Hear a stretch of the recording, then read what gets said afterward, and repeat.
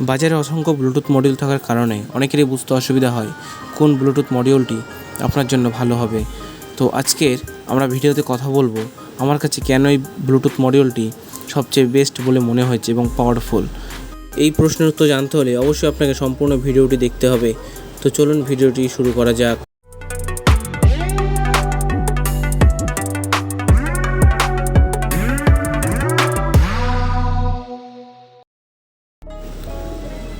এটা হলো আমাদের সেই ব্লুটুথ সার্কিট মডিউলটি। এর জন্য আমরা ব্যবহার করব একটি লিথিয়াম আয়ন ব্যাটারি, যে ব্যাটারিটি 2600 mAh অর্থাৎ 2600 mAh একটি ব্যাটারি। এখানে আপনাকে কিন্তু আরও পাওয়ারফুল একটি ব্যাটারি ইউজ করতে হবে। কেন করবেন ভিডিওটি দেখলেই বুঝতে পারবেন। এরপর আমরা ব্যবহার করব স্পিকার, যেটি 2 ohms 5 ওয়াট। এই সার্কিটটি যেহেতু আউটপুটে 5 ওয়াট দিয়ে থাকে, তাই আমরা এখানে 5 ওয়াট স্পিকার ইউজ করব। এখানে যত পারবেন আপনারা লো ওমসের ইউজ করবেন।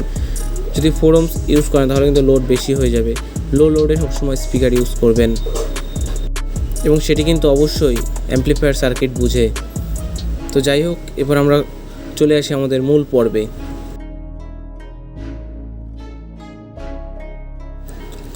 এখানে আমরা প্যানেলটি হাতে নিলেই সর্বপ্রথম চোখ পড়বে মাইক অপশনটিতে।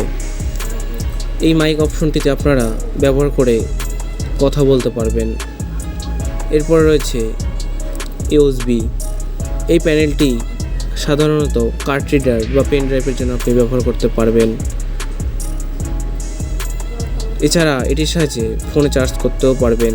এরপর রয়েছে টিএফ কার্ড, অর্থাৎ ডাইরেক্ট মেমোরি কার্ডও আপনি এর সাথে যুক্ত করতে পারবেন।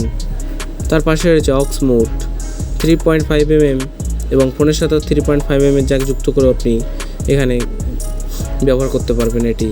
এর পাশে রয়েছে ডিসি 5 ভোল্ট চার্জিং পোর্ট, অর্থাৎ যে ব্যাটারিটি এই মডিউলের সাথে যুক্ত করবেন তাকে চার্জ করার জন্য এই পোর্টটি ব্যবহার করতে পারবেন। তার পাশে রয়েছে একটি অন অফ সুইচ, অর্থাৎ এই মডিউলটি ব্যবহার করার জন্য আলাদা করে আপনাকে সুইচ ব্যবহার করতে হবে না।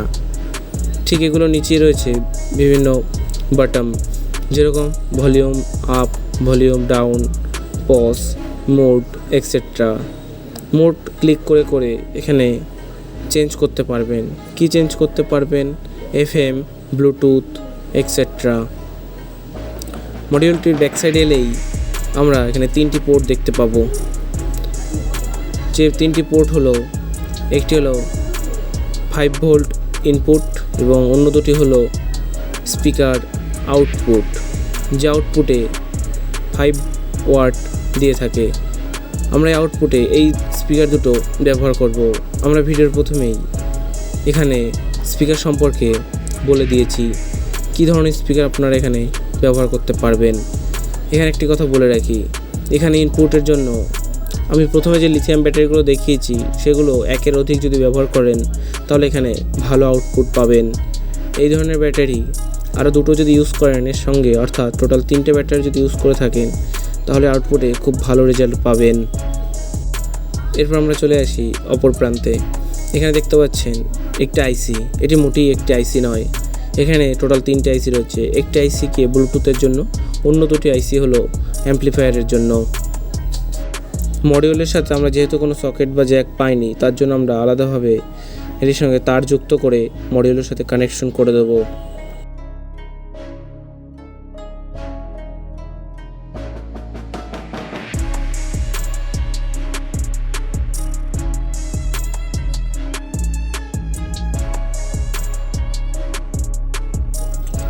স্পিকারের এবং ব্যাটারির সাথে তার যুক্ত করা হয়ে গেলে আমরা এখানে মডিউলের সাথে স্পিকারের সংযোগগুলো করে দেবো।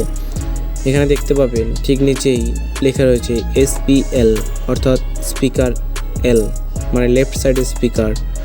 প্লাস এবং মাইনাস, অবশ্যই এখানে প্লাস মাইনাস খেয়াল রাখবেন, নাহলে কিন্তু ভালো আউটপুট পাবেন না। ধরুন আপনি প্লাসের জায়গায় মাইনাস দিলেন এবং মাইনাসের জায়গায় প্লাস দিলেন, ঠিক ওদিকেও তার উল্টোটা করলেন, তাহলে কিন্তু ভালো আউটপুট আপনি পাবেন না কখনোই।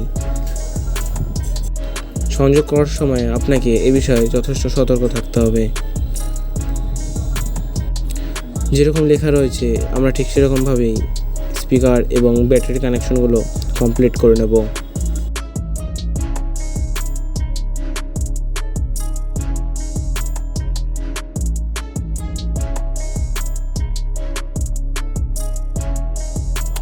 কানেকশনগুলি কমপ্লিট হয়ে গেলে আমরা এবার এটিকে টেস্ট করব।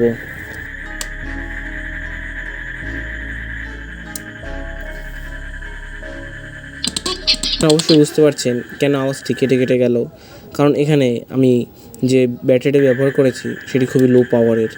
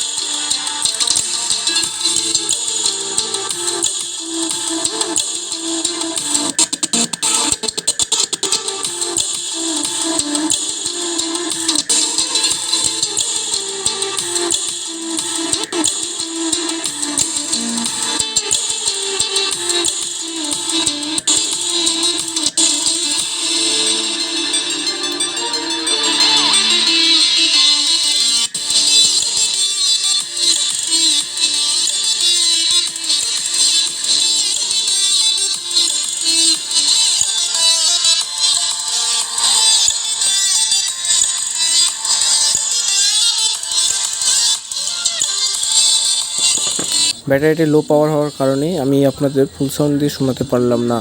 আপনারা যদি এখানে একটি হাই পাওয়ার ব্যাটারি ইউজ করেন তাহলে অবশ্যই এর আউটপুট সম্পর্কে আপনাদের ধারণা হবে। আজ এতটাই, আবারও নিয়ে আসছি নতুন একটি ভিডিও। তবে ভিডিওটি ভালো লেগে থাকলে অবশ্যই একটি লাইক করবেন এবং ভিডিওটি কেমন লাগলো, কোথাও কোনো অসুবিধা থাকলে অবশ্যই কমেন্ট করবেন। চ্যানেলটি হেল্পফুল হলে অবশ্যই সাবস্ক্রাইব করবেন।